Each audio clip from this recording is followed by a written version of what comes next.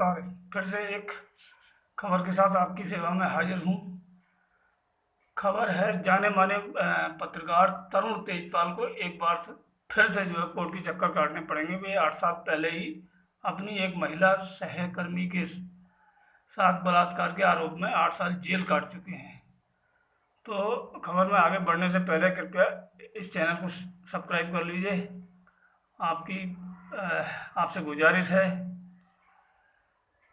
तो खबर यह है कि बम्बई हाई कोर्ट की गोवा पीठ ने बुधवार को कहा कि 2013 के बलात्कार मामले में पत्रकार तरुण तेजपाल को बरी करने का सत्र अदालत का फैसला बलात्कार पीड़िताओं के लिए एक नियम पुस्तिका जैसा है, क्योंकि इसमें ये बताया गया है कि एक पीड़िता को ऐसे मामलों में कैसी प्रतिक्रिया देनी चाहिए।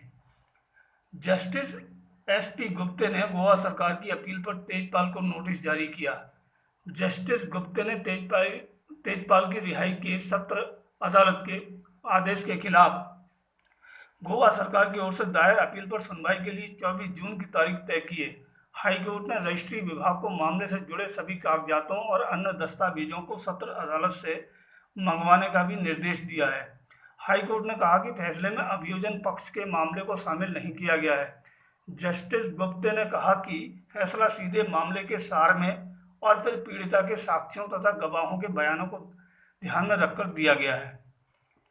अदालत ने कहा यह प्रथम दृष्टया रिहाई के खिलाफ दायर अपील पर विचार करने का मामला लगता है। प्रतिवादी यानी तरुण तेजपाल को नोटिस जारी करने और 24 जून तक जवाब दाखिल करने को कहा जाता है। हाई कोर्ट की पीठ ने ये टिप्पणियां तब की जब गोवा सरकार का पक्ष रख रहे भारत सरकार के सॉलिसिटर जनरल ने सत्र अदालत के 527 पन्नों के फैसले के कुछ हिस्सों को पढ़ा, जिसमें पीड़िता के व्यवहार कथित घटना के दौरान और बाद में का जिक्र किया गया है और कहा कि इसमें वर्णित अत्यधिक असंभवता का था।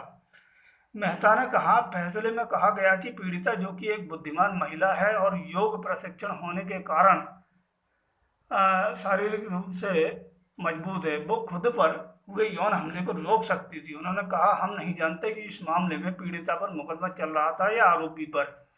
पूरा फैसला ऐसा है कि मानो पीड़िता पर मुकदमा चल रहा था। पीड़िता के यौन इतिहास पर इतनी अधिक चर्चा क्यों होनी चाहिए? ये घटना नवंबर 2013 की थी, जब गोवा में एक कार्यक्रम में शामिल होने के दौरान तरुण तेजपाल पर अपनी उस वक्त सहयोगी रही एक महिला से 5 सितारा होटल के लिफ्ट में उसका यौन उत्पीड़न करने के आरोप लगे थे। निचली अदालत ने अपने फैसले में महिला के आचरण पर सवाल उठाए थे, ये कहते हुए कि वो सदमे या आघात जैसा कोई भी नियामक व्यवहार प्रदर्शित नहीं करती, जो यौन उत्पीड़न की किसी पीड़िता के व्यवहार में जाहिरा तौर पर दिखता है। हाई कोर्ट ने कहा कि वो फैसले में कही गई इन बातों समेत तमाम अन्य पहलुओं पर सुनवाई की अगली तारीख पर चर्चा करेगा। आपकी जानकारी के लिए बताते हैं कि तरुण तेजपाल जाने माने पत्रकार हैं। उन्होंने अटल बिहारी वाजपेयी के समय में कई भारतीय जनता पार्टी के नेताओं का स्टिंग ऑपरेशन किया था और भारतीय जनता पार्टी का आरोप यह है कि वो भाजपा विरोधी पत्रकार हैं। इसलिए जब ये प्रकरण 2013 में सामने आया था, तब भी ये सवाल उठे थे कि भाई लिफ्ट में आते जाते कोई किसी का यौन उत्पीड़न इतनी जल्दी कैसे कर सकता है। तो अब मुकदमा चला और वो 8 साल जेल में रहे।